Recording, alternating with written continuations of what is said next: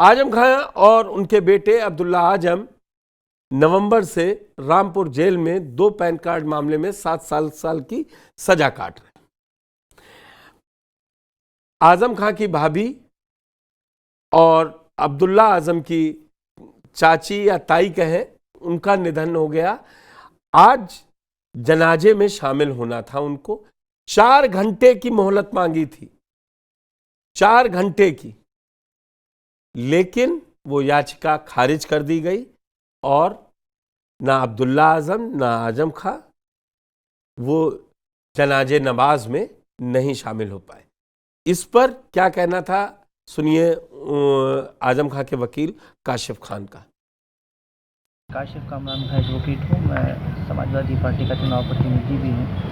आज मोहम्मद आजम खां साहब की बड़ी भावज शरीफ खां साहब की अहलिया का इंतकाल हो गया है और उस सिलसिले में हमने ज़िला अधिकारी महोदय के यहाँ उनकी पैरोल के लिए अप्लाई किया था, जिसमें फरहान अली खां जो उनके भांजे भी हैं, पैरोकार भी हैं, उनके माध्यम से एक प्रार्थना पत्र ज़िला अधिकारी महोदय को दिया गया था कि मोहम्मद आजम खां साहब और अब्दुल्ला आजम खां साहब को 2 बजे से शाम को 6 बजे तक के लिए पैरोल पे छोड़ा जाए ताकि वो जनाजे में शरीक हो सकें।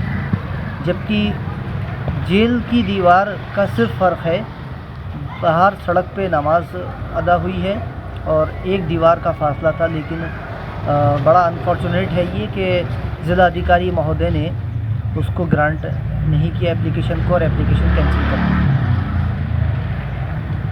दी। जी अभी नमाज अदा हुई है और मोहम्मद आजम खां साहब और अब्दुल्ला आजम साहब उसमें शरीक भी नहीं हो सके। तो इसी खबर पर मेरे साथ पंकज चतुर्वेदी बने हुए हैं लखनऊ से। पंकज, आजम खां ने अभी 3 दिन पहले कुछ सुविधाएं मांगी थी, वो नहीं मिली, तब भी भड़क गए थे। उसके बाद उनकी पत्नी मिलने जाना चाह रही थी, वो इतना नाराज थे कि मिले ही नहीं। अब 17 नवंबर जब से गए हैं जेल, वो कोई ना कोई कुछ ना कुछ मांगते हैं, मिलता नहीं। लेकिन ये तो बड़ा इमोशनल ग्राउंड था, कईयों को पेरोल मिली और मिलती रही। उत्तर प्रदेश में भी मिली है और भाजपा शासित कई और राज्यों में मतलब बड़ी सजा काट रहे हैं। आप सोचिए, बलात्कार और हत्या के मामले में बाबा राम रहीम सजा काट रहे हैं, उनको पैरोल मिल चुकी है कई बार। ये पैरोल ना मिलना, आप इसको किस तरीके से देखते हैं? देखिए, कोर्ट का काम है, कोर्ट मेरिट के अनुसार निर्णय नहीं, ये डीएम ने खारिज की है, ये डीएम ने खारिज की है। ये देखिए, डीएम ने खारिज की है, कोर्ट में नहीं था ये। डीएम पास गई थी, 4 घंटे का था, जैसा आपने काशिफ खान को सुना, जिला मजिस्ट्रेट से मांगी थी। क्योंकि डीएम भी उसी आधार पर निर्णय लेते हैं। अब इनके परिवार के थे या इनके परिवार के सगी संबंधियों के थे या किस कारण से उन्होंने खारिज किया, उसका कारण उन्होंने बताया होगा।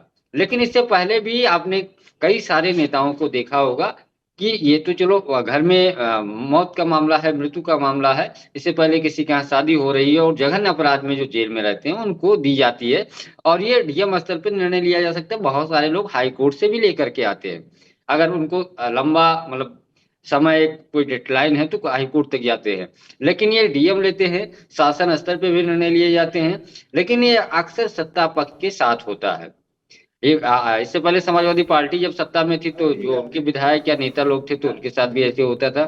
अब बीजेपी के जो नेता हैं या उनके करीबी हैं, चाहे वो इससे पहले कई सारे ऐसे केस आप देख लीजिए, अमरमणि त्रिपाठी रहे हों या करवरिया परिवार रहे हों, या अभी जो बीजेपी के करीब है और सपा से ही विधायक है गायत्री प्रसाद प्रजापति, इनकी पत्नी विधायक हैं, गायत्री को भी बेटी की शादी में पैरोल के रूप में बाहर आने का मौका मिला। मैं पंकज समझ रहा था, जो आपने कोर्ट वाली बात कही वो शायद ये है कि मिनिमम आप 6 महीने जेल में काट आए हो, तब आप जरूरत पड़े, या फिर कोई सगा संबंधी चला गया हो, पैरोल तुरंत ही नहीं मिलती है। वो 17 नवंबर को गए थे और भी सगे संबंधी घर मतलब किस स्तर के थे वो सारा डीएम देखने के बाद निर्णय लिए होंगे।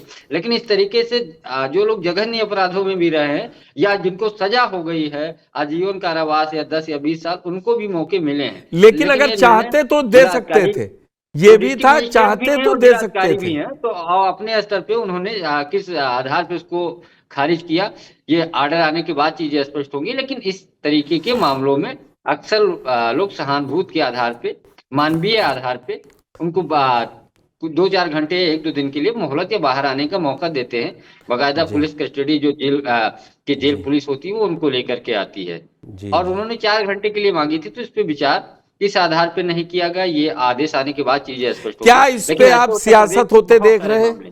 ये इस पे कल से, क्योंकि ये आज की अभी की घटना है, थोड़ी देर पहले की, ये जो विजुअल आप देख रहे थे जनाजे के, मतलब जनाजे की नमाज, वो आज दोपहर के हैं।